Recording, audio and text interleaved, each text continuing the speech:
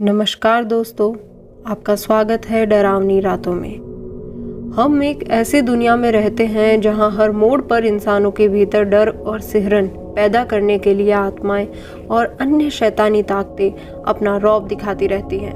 अब आप भले ही इस तथ्य पर यकीन ना करें, लेकिन आपकी हर हरकत, हर कदम पर बुरी व अच्छी आत्माओं की नज़र रहती है। यह आत्माएं आपको एक पल के लिए भी तन्हा नहीं छोड़ती।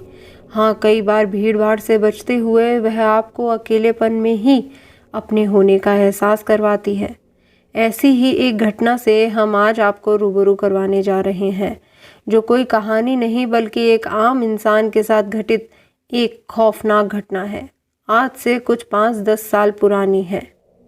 अशोक नाम का एक व्यक्ति, जिसका गांव पूर्वी उत्तर प्रदेश के एक कस्बाई इलाके में था। वैसे तो वो दिल्ली में नौकरी करता था, लेकिन घर आए हुए काफी समय बीत चुका था, इसीलिए छुट्टी लेकर वह घर आया हुआ था। यह इलाका बेहद सुनसान और घनी झाड़ियों के बीच बसा हुआ था, और इन घनी झाड़ियों के बीच शाम के समय अक्सर सन्नाटा ही पसरा रहता था। अशोक को बचपन से ही छत पे सोने की आदत थी, और बड़े होने के बाद जब भी वह गांव जाता तो अपने घर की खुली छत पर ही सोता था। लेकिन एक रात छत पर सोना ही उसके लिए महंगा साबित हुआ, क्योंकि यह वो रात थी जब उसका सामना एक ऐसे साए से हुआ जो नुकसान पहुंचाने के उद्देश्य से उसके पास तो आया, लेकिन अशोक की सूझबूझ की वजह से वह उसका बाल भी बांका नहीं कर सका। रात का करीब 1 बजा था कि अचानक किसी आवाज ने अशोक की नींद खोल दी। वह अपनी चारपाई से उठकर छत की रेलिंग के पास जाकर आसपास देखने लगा। उसे अपने घर से थोड़ी ही दूर पर किसी साए को इधर उधर घूमते हुए देखा।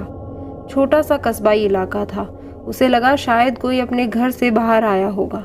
वह वापस जाकर चारपाई पर लेट गया।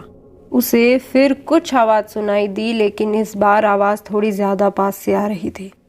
वह फिर उठा और छत से नीचे देखने लगा। उसे अपने घर के पास ही एक साया दिखाई दिया, लेकिन खौफनाक बात यह थी कि वह सिर्फ साया था, उसका शरीर नहीं था। इतने में उसे सीढ़ियों पर किसी के बहुत ही तेजी के साथ चढ़ने की आवाज सुनाई दी। 1 मिनट से भी कम समय में वह साया उसकी नजरों के सामने खड़ा था। उसकी शक्ल, हाथ पैर कुछ भी नहीं था।